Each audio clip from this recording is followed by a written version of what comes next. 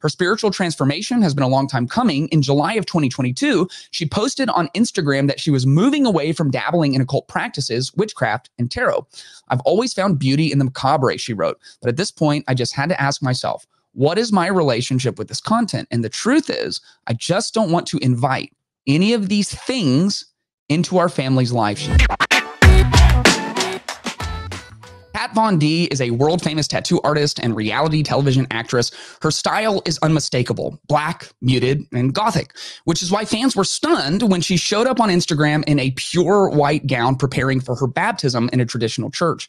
The gothic trendsetter acknowledged that she was throwing out all of her books and objects tied to the occult and witchcraft, and she has now surrendered her life to Jesus. So what caused this massive change, and is there a chance that the world is ready for a spiritual awakening? I want to look at this article out of Relevant magazine about the transformation in Kat Von D's life. It says, Kat Von D gets baptized after renouncing the occult. Kat Von D is undergoing a spiritual transformation. The renowned tattoo artist, TV personality, and makeup mogul is embracing Christianity and sharing her journey through social media. This week, Kat Von D opened up about her recent baptism on her Instagram account that has 9 million followers. Quite the platform. The video captures the essence of her baptism ceremony, where close friends and family were gathered in a church as witnesses. Her husband of 5 years commented his support and love. I love you so much, my beautiful wife. You continue to inspire me every day. I want to marry you over and over again. Her spiritual transformation has been a long time coming. In July of 2022, she posted on Instagram that she was moving away from dabbling in occult practices, witchcraft, and tarot.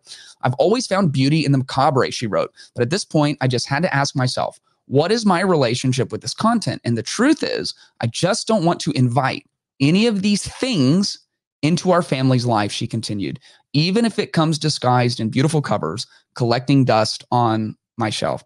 I just don't want to let any of these things in our family's lives. Now, while I was researching this, I found something really, really interesting. I found out that Kat Von D had her first child pretty late in life. She was 36 when she had her first child.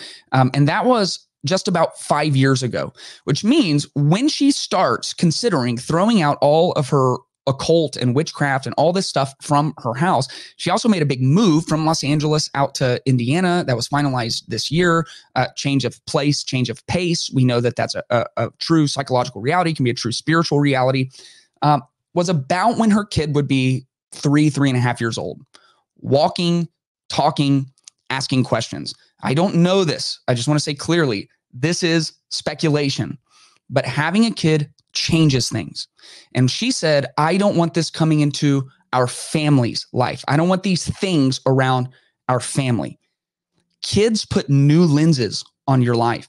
And it is a very common story for spiritual transformation to begin when people have children and understand the weight of responsibility. Becoming a parent drastically changes how you see the world. In Luke 12, Jesus said, from everyone who has been given much, much will be demanded. And from the one who has been entrusted with much, much more will be asked.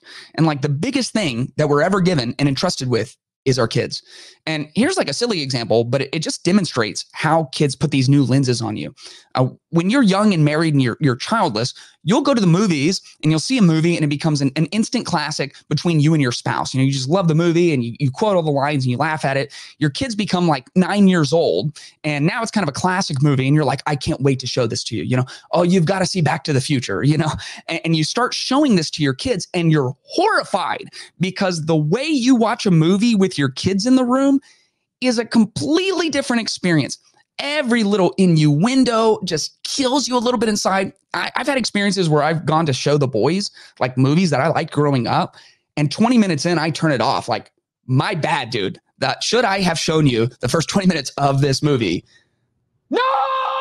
Bad idea. It's not the same. And if you think that you can navigate your life exactly the same as a single adult, as you will be able to when you have kids. Stop the cap. It's just not going to happen. She has this kid who's now climbing around, who's looking at things, who's pulling tarot cards off a shelf, or who's reaching up and grabbing a book based in the occult off the shelf. And it makes you begin to question things. And I don't know what else was going on in her life, but she said something in her own words that echoes the truth of Scripture. Paul wrote to the Ephesians, "For our struggle is not against flesh and blood, but against the rulers, the authorities, and the powers of this dark world, and against the spiritual forces of evil in the heavenly realms."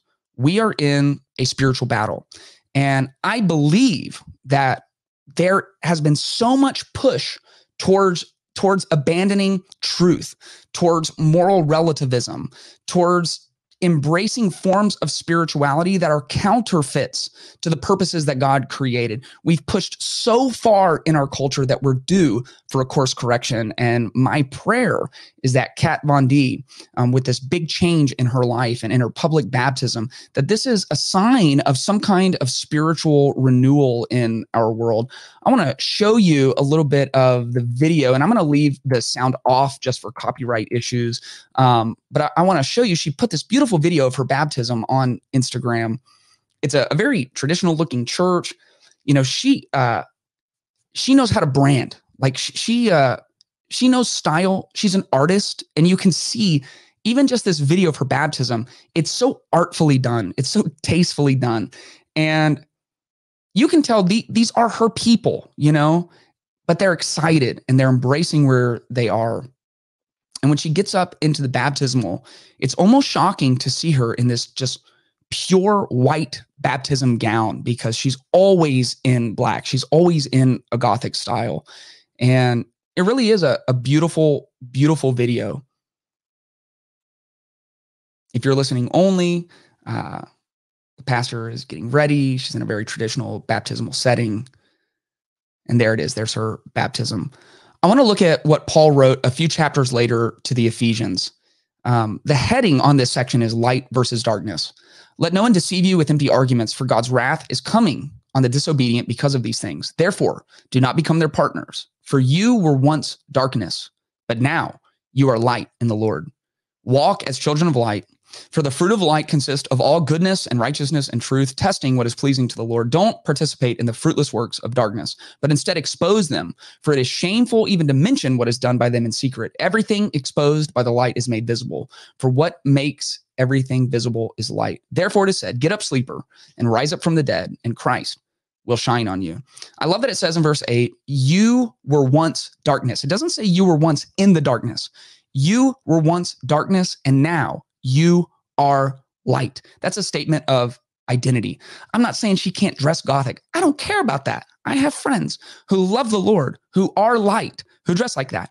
It's about what's inside of you. It's a statement of identity. It's about understanding your purpose, because Jesus told us, you are the light of the world. You are a city on a hill. And as Christians, if we truly embrace that's who we're called to be, submitting ourselves to Christ, then we can begin to see a spiritual awakening broadly across our culture, just like we saw in the life of Kat Von D.